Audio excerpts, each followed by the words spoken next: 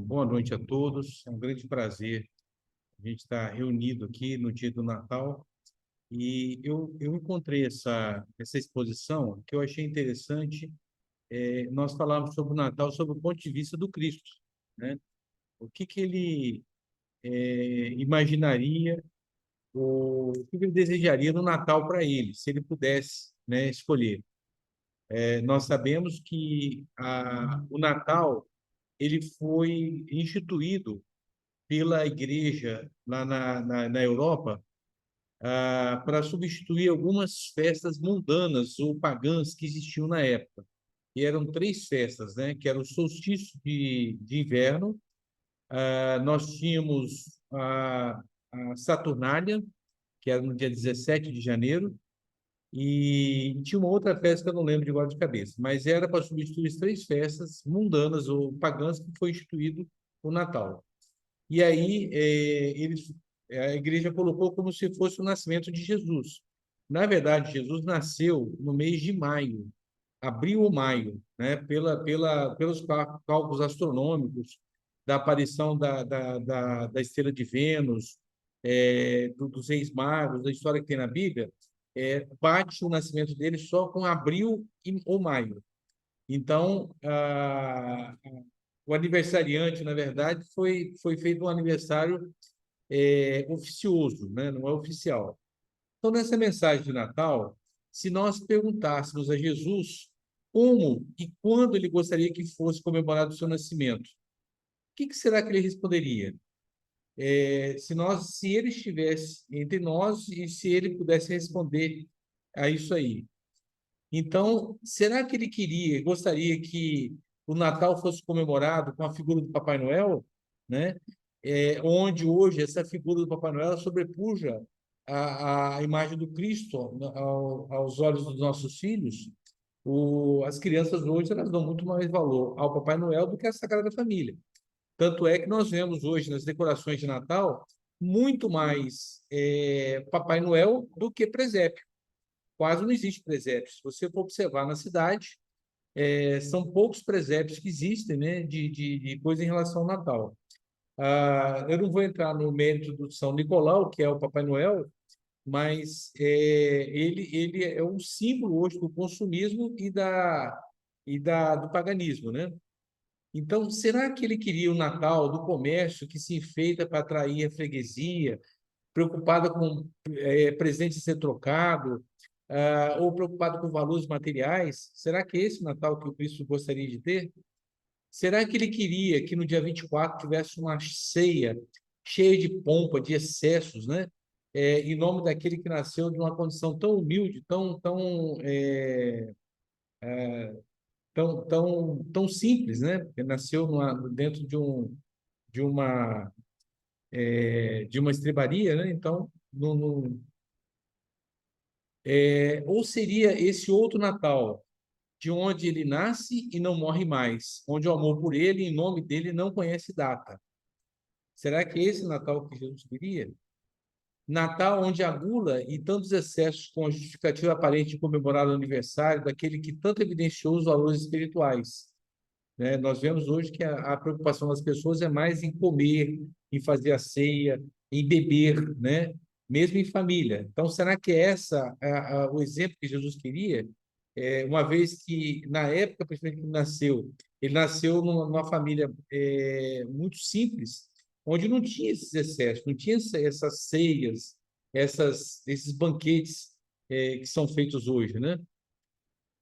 Será que o Natal diário, vivenciado por pessoas como Madre Teresa de Calcutá, a irmã Dulce da Bahia, Mahatma Gandhi, Chico Xavier e tantos outros, né? Porque eles mostram realmente na prática o que é fazer a caridade. Esse seria o Natal vivenciado realmente que Cristo gostaria que existisse, que nós fizéssemos. Então, ou então seria o Natal do bom samaritano, que não possui data, não determina condições, não escolhe pessoas, não exige nada, nada impõe. A gente lembra da passagem desse bom samaritano, onde o viajante ele é assaltado por ladrões e é ferido gravemente e fica à beira do caminho. E passam várias pessoas, passa o levita, passa o fariseu, né, passa o saduceu, e todos passam por ele e ninguém socorre. Quando passa o samaritano, que era um povo que era considerado como um povo herege naquela época, era um povo muito marginalizado, esse samaritano, ele socorre, deita óleo sobre as feridas e depois leva esse viajor até uma estalagem onde ele estava hospedado, e lá nessa estalagem ele continua cuidando e depois deixa o dinheiro com o dono da estalagem para que continue o cuidado dele. Ele não perguntou se essa pessoa machucada, se ele era fariseu, se era samaritano, se era saduceu, não perguntou nada, se era levita, não perguntou se ele era ateu ou não, ou qualquer tipo de crença. Ele percebeu que ele precisava de ajuda e o ajudou. Essa é a caridade. Então, um Natal tão simples e tão amplo e profundo, onde haja tempo e lugar de vivermos com Jesus durante todos os dias da nossa existência. Então, esse seria realmente o Natal desejado. Se nós perguntássemos, Jesus nasceu onde e quando, né? Essa mensagem foi publicada na Seara Espírita, na edição de dezembro de 2002.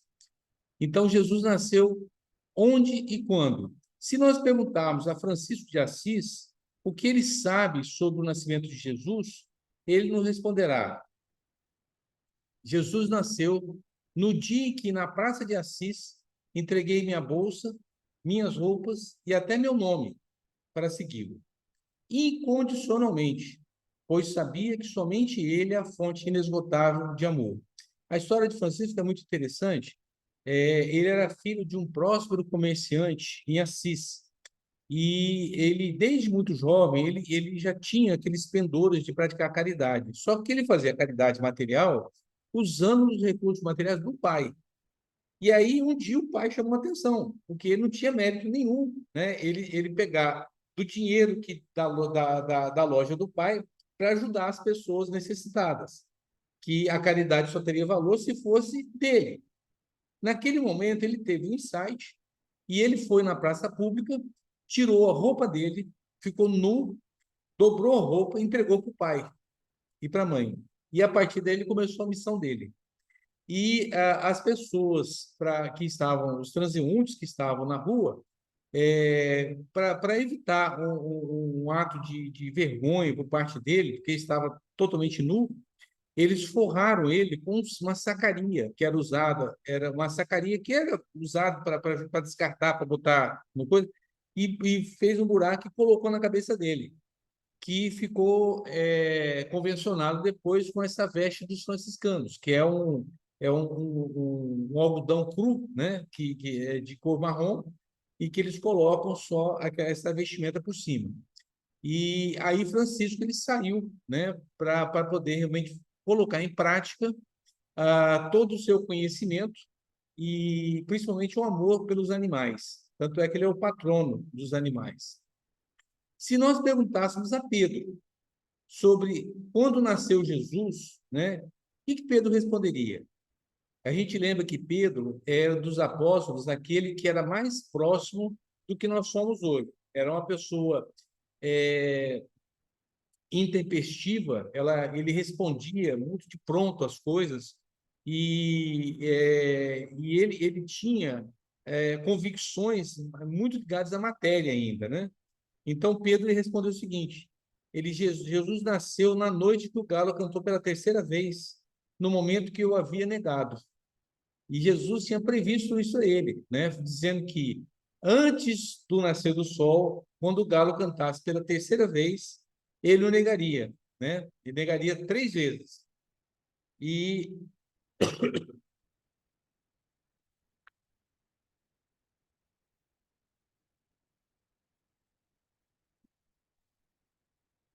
naquele momento, Pedro teve assim a percepção do que era Jesus realmente. Foi nesse instante que Pedro acordou a consciência para a verdadeira vida. Se nós perguntássemos a Paulo de Tarso quando se deu o nascimento de Jesus, Paulo, nós vamos também fazer uma pequena introdução. Paulo, na verdade, nasceu como Saulo, Saulo de Tarso. Tarso era a cidade que ele nasceu, né? E Saulo era o nome de batismo dele. Saulo, ele foi criado de uma maneira é, muito rigorosa no conhecimento das Escrituras. Então, Paulo era um profundo estudioso e ele tinha, na época, um cargo semelhante a um promotor de justiça, né? Que nós, se fôssemos hoje, ele seria como se fosse um promotor de justiça. E Saulo, ele era noivo da... Como é que é o nome dela? Abigail, o universitário que está me ajudando. Saulo era noivo de Abigail. E ele, quando ele fez toda uma peça de acusação a um cristão que foi capturado, chamado Estevão, ele convidou Abigail para assistir à sentença final. Nessa sentença, ele tinha que apresentar todas as razões da acusação e o tribunal ia condenar ou não aquela pessoa. E uma das condenações seria a condenação à morte por lapidação. A lapidação, ele era apedrejado até a morte. E então a Abigail foi, e qual não foi a surpresa dela ao descobrir que Estevão era o irmão dela. E Paulo realmente ele leva o julgamento até a execução de Estevão. Abigail fica desesperada e ela foge, se alucinada, e Saulo fica totalmente perdido, porque ele estava para casar, né? E ele condena o irmão da noiva dele. E aí ele fica muito revoltado quando a Abigail não quer mais saber dele. Ela realmente ela fica desesperada, tanto que a Abigail ela desencarna pouco tempo depois, né? Ela entrou num quadro depressivo e ela acaba desencarnando também. E Saulo, desesperado, ele vai até para procurar ao cristão que converteu Estevão. Então ele pega dois guardas pretorianos e eles vão atravessar o deserto para chegar a Damasco, onde ele ia até a... Como é que é o nome do cristão?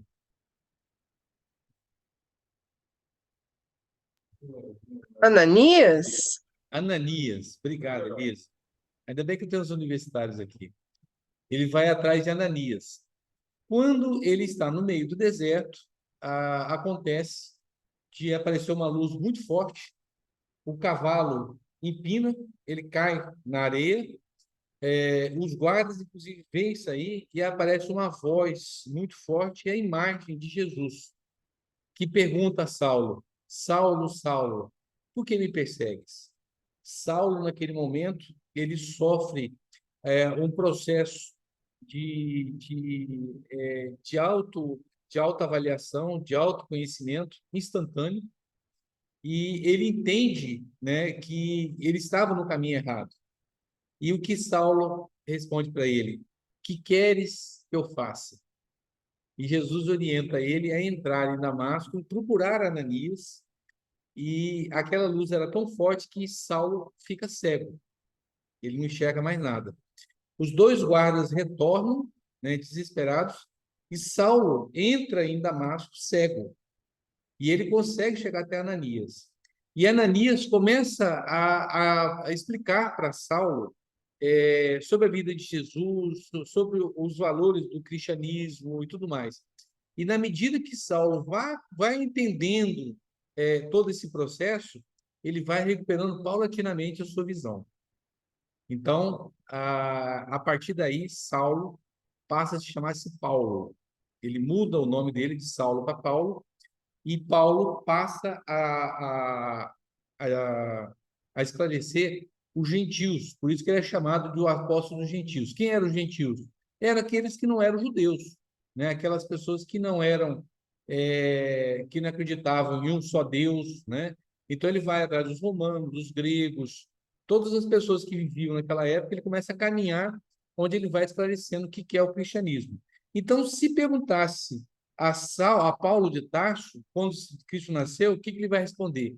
Ele nasceu na estrada de Damasco, quando, envolto por intensa luz que me deixou cego, pude ver a figura nobre e serena que me perguntava: Saulo, Saulo, por que me persegues? E na cegueira passei a enxergar um mundo novo quando lhe disse: Senhor, o que queres que eu faça? Então, esse é o momento que Jesus nasceu para Paulo.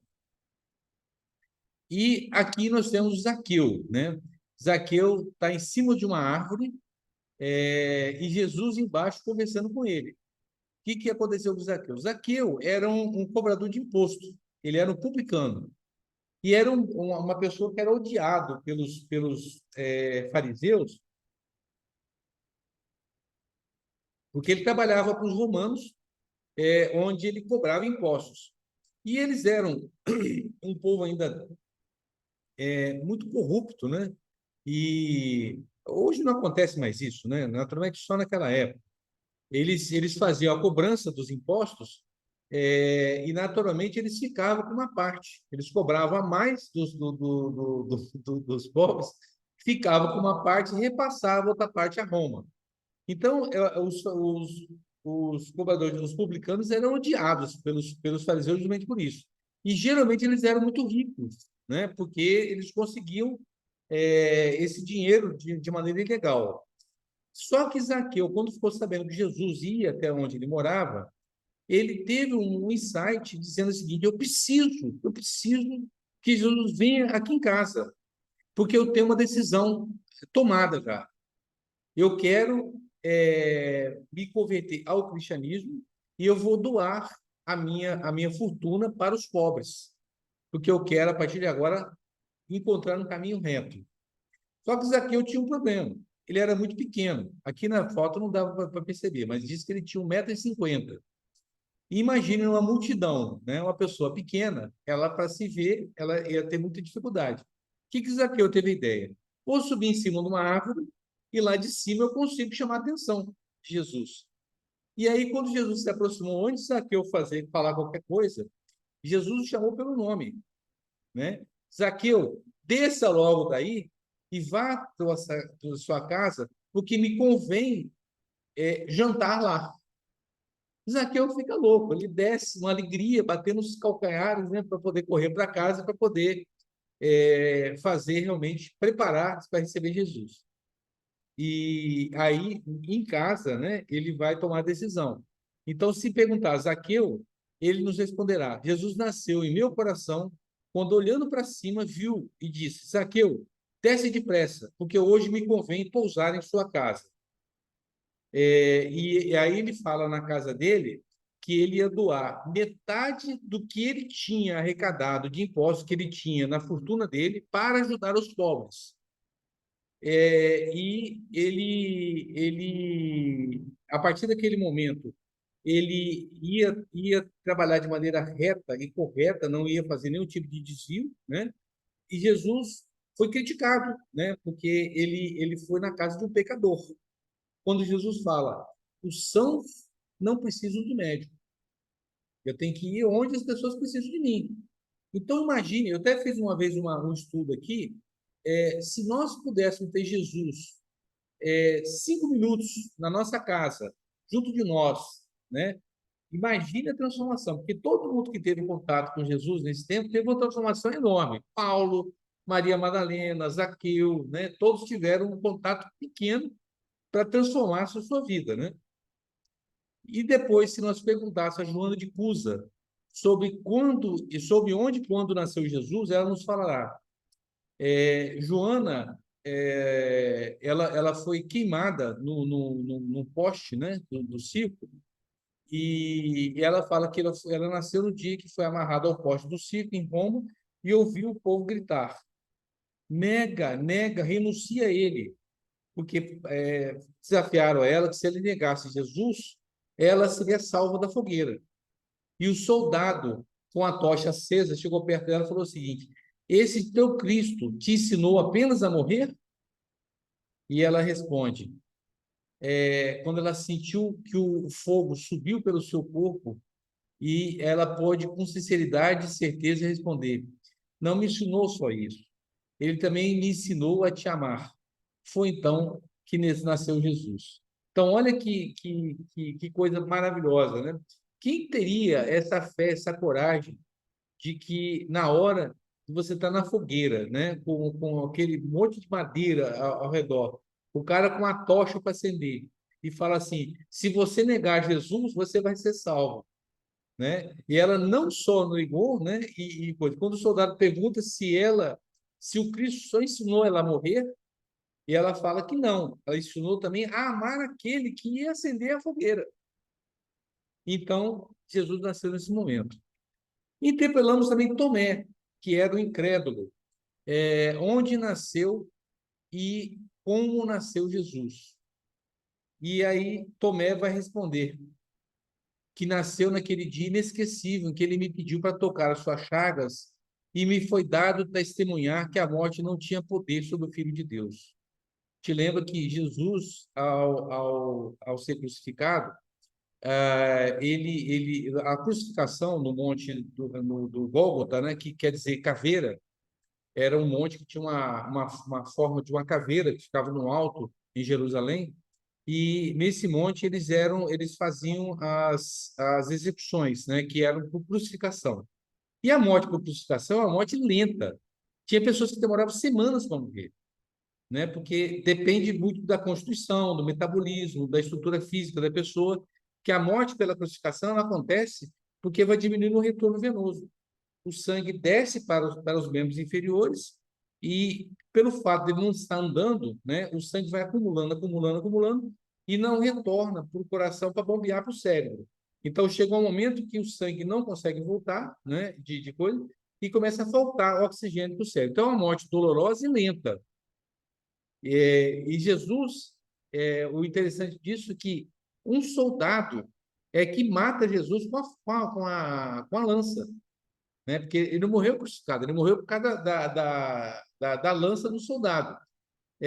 O soldado vendo do sofrimento que ele ia ter, ele vai com a lança e perfura o coração de Jesus. Então, Jesus morre naquele momento, desencarna naquele momento.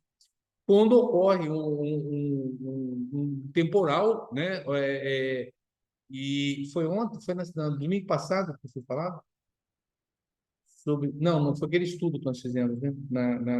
Na terça-feira. Tem um estudo que nós fizemos, foi interessante que, naquele momento, vários espíritos elevados, vários anjos, arcanjos, eles vieram até aquele momento e é como se abrisse o céu com viés com muita luz, muita força, que se manifestou para as pessoas que estavam lá como se fosse um temporal. Começou aquela ventania, raios, trovões e tudo mais, que foi no momento que Jesus desencarna. Ele depois é tirado daquela cruz e ele é colocado no sepulcro. Na época, eles enrolavam num pano, né? Deixavam algum tempo lá no sepulcro para depois eles tirarem o corpo de lá, né? Para colocar numa caixa, numa coisa assim, quando separava os ossos, né? E aí, logo depois que ele é colocado dentro do sepulcro, o sepulcro era como se fosse uma caverna. Tinha uma pedra muito grande que tinha que ter pelo menos uns 5 homens para poder deslocar essa pedra, né? Que era uma pedra muito grande que fechava. A pedra ficava lacrava, na verdade, a entrada do túmulo. E na época todos os cristãos foram perseguidos. Eles procuravam todos aqueles que seguiam Jesus e eles ficaram desesperados, ficaram escondidos, né? Os cristãos. Só que Madalena, ela fala que existia um costume entre os judeus de no dia seguinte ele untarem o corpo com óleo. Eles passavam óleo no corpo da pessoa que morria.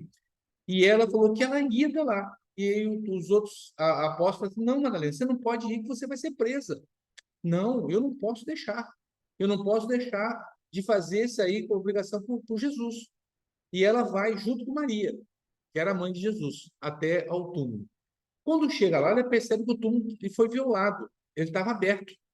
E ela entra lá dentro e não encontra o corpo de Jesus. E ela fica assim, apavorada, né, com coisa. Como é que sumiu aquilo lá? Como é que abriram aquilo lá? Porque não era uma coisa fácil, né? E logo depois uma pessoa aparece para ela e pergunta por que ela estava chorando. Então ela falava que roubaram o corpo de Jesus, desapareceram com ele. E logo depois ela percebe que essa pessoa era o próprio Jesus, né? Materializado. Tanto é que ela vai abraçá-lo e assim, não me toque ainda, que eu não me integrei ainda a Deus, né? Eu não consegui completar o sim. E aí ele dá o recado dizendo que daí a 3 dias que ele ia encontrar com os apóstolos em Nazaré. Pediu para os apóstolos ir para Nazaré, onde ele ia se encontrar com todos eles. Foi quando ele aparece, depois de 3 dias, apesar dos apóstolos ficarem incrédulos, achavam que era coisa da cabeça de Madalena, que era um delírio, né? Jesus realmente aparece. E Tomé, que era aquela pessoa que, tanto é que tem assim, só creio se eu ver ou tocar. Então, Tomé era aquela pessoa incrédula, que é muito, muito de nós também. Muitas coisas a gente não acredita, né? E mesmo, alguns falam assim, mesmo que eu vendo, eu vou acreditar, né? Então, Tomé, ele chega próximo de Jesus, e Jesus fala, conhecendo Tomé, assim, Tomé, pode tocar nas minhas chagas. Então, Tomé toca nas chagas que eram onde foi furado, nas mãos dele. Na verdade, não era nas mãos, tá? O furo tinha que ser aqui, nas mãos não segura. O furo tem que ser aqui entre os dois, entre o rádio e a una, para poder não lacerar. Então, o furo era aqui, no punho, e para cima um pouquinho do tornozelo, tá? Não era no pé também, um pouquinho para cima do tornozelo. E eram pregos enormes, né, para poder transfixar o corpo e pregar na madeira. Então, Tomé toca. Então, Tomé, ele entende que naquele momento ele descobriu que a morte não tinha poder sobre o Filho de Deus, sobre Jesus. Se nós perguntássemos para a mulher hemorroísa, aqui cabe também uma explicação, né, que a mulher hemorroísa era uma mulher que ela tinha um sangramento permanente, era uma menstruação contínua. Ela já tinha vários anos que ela mantinha esse sangramento, e quando a gente pensa assim, isso é besteira, né? No coisa. Só que naquela época, a mulher que tinha hemorragia, ela não podia frequentar nenhum tipo de evento social, não podia sair de casa, não podia ir à sinagoga, ela não podia ter nada de evento social enquanto tivesse impura. Eles consideraram que o período que a mulher estivesse com sangramento estaria impura, então ela não podia sair de casa. E mesmo depois que cessava o sangramento, ela tinha que fazer ainda um jejum de 3 dias para poder sair. Agora imagine ela, durante anos, ela sangrando, ela não podia fazer nada. E ela imaginou, quando ela ficou sabendo que Jesus ia até a cidade dela, ela imaginou o seguinte: se eu tocar nas vestes dele, na roupa dele, eu vou me curar. Né? Ela tinha fé que isso ia acontecer. E Jesus entra, e quando Jesus entrava, era aquela loucura, que todo mundo queria estar próximo dele. Né? Ele era um popstar, por assim dizer. E os apóstolos, eles faziam uma proteção, né, em torno dele, que todo mundo queria tocá-lo, todo mundo queria chegar perto dele. Imagine até o próprio magnetismo pessoal que ele tinha, né, a luz que ele tinha. Era o espírito mais perfeito que já tocou o nosso planeta. E ele, naquela caminhada, essa mulher, ela entra no meio da multidão, ela consegue passar pelos apóstolos, até que ela consegue tocar na ponta da veste de Jesus. Né? A imagem está mostrando muito bem isso aí. Ela se joga em cima, né? E na hora que ela toca, Jesus para e fala assim: opa, alguém me tocou. Aí os apóstolos, mas Senhor, nessa confusão aqui é lógico que eu. Não, alguém me tocou e de mim saiu uma virtude. Né? Então ele percebeu que na hora que ocorreu aquele toque, saiu dele alguma vibração, alguma luz que curou essa mulher. E ela ficou curada naquele momento. E aí ela se apresenta, fui eu. E ele fala, tua fé te curou, mulher. Né? Então ela tinha tanta fé que aquela fé a curou. Então, se nós perguntássemos para ela, ela vai responder: Jesus nasceu no dia em que eu toquei na orla do seu vestido e imediatamente estancou a minha hemorragia. E o mestre então lhe disse: tem bom ânimo, filha, a tua fé te salvou. Vá em paz. Isso está em Lucas capítulo 8, versículo 40 a 48. Então, olha que coisa interessante, né? A fé que ela tinha. Se nós perguntássemos a João Batista, quando deu o nascimento de Jesus, João Batista era primo de Jesus. João Batista era filho de Isabel. E ele nasceu alguns meses antes de Jesus. E tem uma história interessante de João Batista, porque Isabel já tinha uma idade avançada. Ela já tinha mais de 50 anos. E ela já nunca conseguiu ter filho. Então, imaginava ela que ela era estéril, que ela não poderia nunca ter filhos. E até que veio a visita do anjo Gabriel, dizendo que ela ia engravidar, né? De João. E ela fica super alegre, né? Porque existiam aquelas revelações de sonhos, que a gente chamava de sonhos premonitórios que existiam. Isabel fica muito feliz. Só que o marido dela fica meio descrente, né? Que fala assim, mas como? Nós somos velhos já, como é que vai nascer um menino? E quando engravida, o fato de ele ficar cético, ele acaba sendo, entre aspas, castigado pelo anjo e fica mudo. Então, desde a época que ele soube que Isabel estava grávida, até o nascimento de João Batista, ele fica mudo. E ele só volta a falar quando nasce João Batista, que eles queriam botar outro nome. E aí ele fala, não, o nome dele vai ser João, que ele tinha sonhado também. Só que ele não acreditou no sonho igual a Isabel. Então, João Batista ele foi o precursor de Jesus. Ele instituiu o chamado batismo, que é uma coisa interessante, porque ele dava às pessoas uma expectativa de reformar sua vida. Porque, na visão de João, que ficava às beiras do Rio Jordão, as pessoas que sofriam o batismo se convertiam, né, aquela doutrina à espera do Messias, que não sabia ainda que era o Messias. Jesus tinha nascido, mas não sabia ainda que era o Messias. E João Batista, ele começou a ter vários seguidores, ele tinha uma fluência muito grande na fala, ele tinha uma energia muito intensa, né, no que ele falava, e ele acabou criando vários seguidores. Depois, esses seguidores de João Batista se uniram com os apóstolos, tá? Tanto é que existem alguns apóstolos, algumas pessoas que seguiram a Jesus, que eram os chamados batistas, né? Que é aqueles que seguiam João Batista. Um deles era Abner, né? Abner teve uma presença muito importante na revelação de Jesus. Ele era um batista. E Jesus, ele vai até João Batista antes de começar a missão dele para ser batizado. E João fala para Jesus que ele não merecia, ele não tinha aquela envergadura espiritual para poder batizar Jesus, né? Então, perguntando a Jesus, a João Batista, ele responderia: Jesus nasceu no instante que, chegando ao Jordão, pediu-me que o batizasse. Então, Jesus se colocou na posição de uma pessoa simples, humilde como ele era. E aí, João Batista o batiza, né?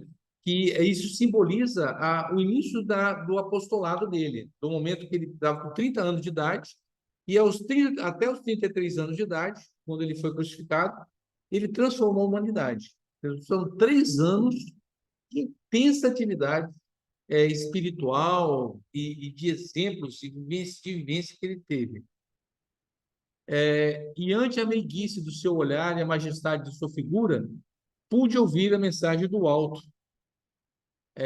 que uma pomba, né, aparece e vê uma voz direta da coisa, uma voz muito forte.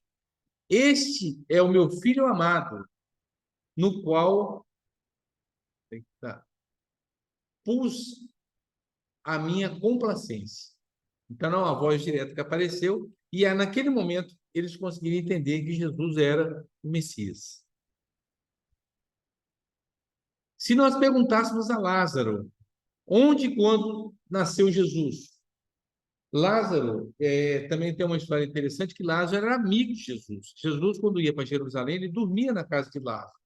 Lázaro tinha as duas irmãs, que era Marta e Maria.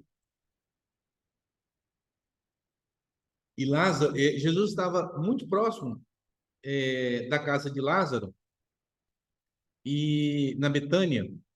E aí, quando veio um mensageiro dizendo que Lázaro tinha caído gravemente doente, e suplicavam a presença de Jesus. Só que Jesus não foi até lá, para surpresa até dos apóstolos. E ele fala que ele não ia logo para que a vontade do meu Pai se faça. E ele fica, depois de 2 dias, ele vai até a casa de Lázaro. Quando chega lá, Lázaro já tinha sido sepultado. Ele estava dentro da coisa. Aqui dá para vocês verem até o coisa. É um buraco do lado aqui, tem uma pedra redonda, né, que as pessoas têm que afastar para lacrar o túmulo. O túmulo naquela época era desse jeito. O desenho aqui dá para ter uma ideia. Então, Jesus, ele percebeu que Lázaro não tinha morrido, que era uma chamada morte aparente, que nós chamamos hoje de catalepsia, né? Que a pessoa tem uma morte aparente e às vezes é enterrada e morre dentro do túmulo, né? Porque a pessoa pensa que morreu e depois morre porque foi enterrada viva, né? E Jesus, quando chega até lá, Marta fica muito revoltada com ele, né? Porque ele chegou tarde demais, né? Que não teve como salvar Lázaro. E Jesus, para surpresa de todos, pede para que abram o túmulo. E ninguém entendeu por que ele pediu isso aí. Ele disse, abra o túmulo. E aí ele ordena para que Lázaro, levanta-te e anda. Venha até aqui fora. Nada. Na terceira ordem, aí as pessoas começaram aquele burburinho. Nossa, que absurdo e tal. Brincando com uma coisa séria e tal. E aí, na terceira ordem dele, eis que aparece Lázaro. Parece uma múmia, porque eles envolviam em algodão. Não podia ser seda, tinha que ser algodão. E o algodão tecido por eles também. Então, eles enrolavam no coisa para que o corpo pudesse mumificar. E Lázaro volta até ele. Então, Lázaro responderia que Jesus nasceu na Betânia, na tarde que me visitou o túmulo e ordenou-me: Lázaro, levanta e vem para fora. Nesse momento, eu compreendi quem ele era e ele nasceu em mim. Então, Lázaro, naquele momento, ele entende isso aí. Lázaro morre depois de muito tempo, com mais de 60 anos de idade, de morte natural. A meia-vida dele lá era muito, muito, muito baixa, né? Se nós perguntássemos para Dimas, o bom ladrão, onde e quando Jesus nasceu, ele nos informará. Jesus nasceu no topo do Calvário, precisamente quando a cegueira e a maldade humana supunham aniquilá-lo para sempre. Dimas era um ladrão que estava ao lado de Jesus, e tinha Barrabás e Dimas. Pilatos, para tentar salvar Jesus, porque ele sabia que Jesus era inocente, ele pede que o povo se devia crucificar Barrabás ou Jesus. E Barrabás era um ladrão conhecido, a pessoa não gostava dele, né? Mesmo assim, eles pedem: libertem Barrabás, crucifiquem Jesus. Libertem Barrabás, crucifiquem Jesus. E Dimas pede perdão a Jesus, né? Dimas percebe isso aí e ele é salvo, né, naquele último momento. Dali, ele me dirigiu um olhar repassado de piedade, de ternura, a Dimas, né, que me fez esquecer todas as misérias desse mundo. A mulher samaritana era uma mulher que estava perto de uma fonte de Jacó, e as samaritanas, o judeu não podia conversar com a samaritana. E Jesus, quando encontrou a ela, pediu para ela um pouco de água, né? Então, na tarde que ela encontrou, e ele lhe ofereceu a beber da água viva que sacia toda a sede, pois vem do amor de Deus e santifica as criaturas. Ele pede a água a ela, né?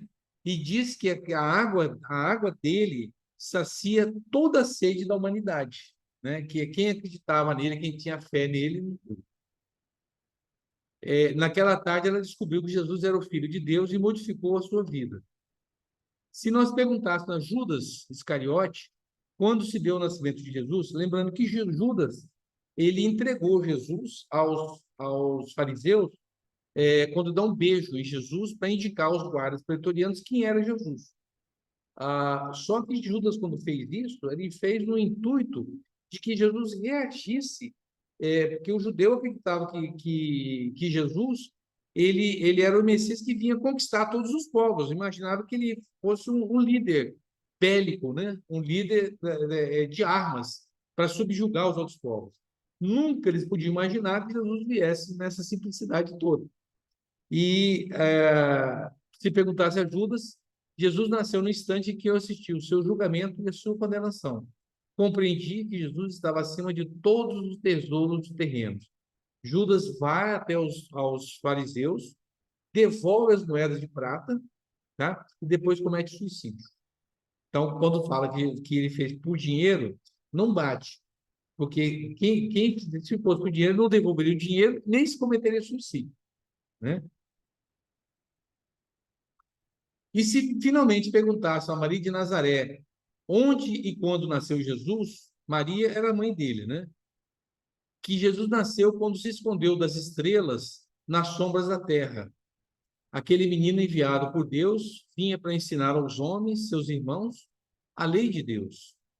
E se perguntarmos a tantos outros seguidores do Cristo, cada um dará o seu testemunho a respeito de quando ele nasceu. E para nós, quando Jesus nasceu? E se descobrirmos que ele ainda não nasceu, para nós, então procuremos urgentemente fazer com que ele nasça, e nasça logo. E quando isso acontecer, teremos finalmente atendido o Natal, teremos entendido o Natal e verdadeiramente encontrado a luz. E no lugar do Cristo crucificado, exalando tristeza e dor, em cada coração deve estar o Cristo vivo, irradiando esperança e fé. Eu lembro sempre da Estela aqui, porque a Estela fala que nós temos que tirar Jesus da cruz, né?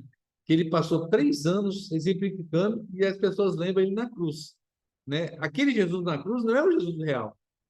O Jesus real é aquele que viveu, que exemplificou todas aquelas maravilhas para nós, né? Então, nós não temos que ter imagem de Jesus crucificado, né? Que exalando tristeza e dor. E assim, para sempre que seja Natal. Vem, segue-me, Jesus Cristo. Então, eu desejo a todos vocês um feliz Natal e um ótimo Ano Novo.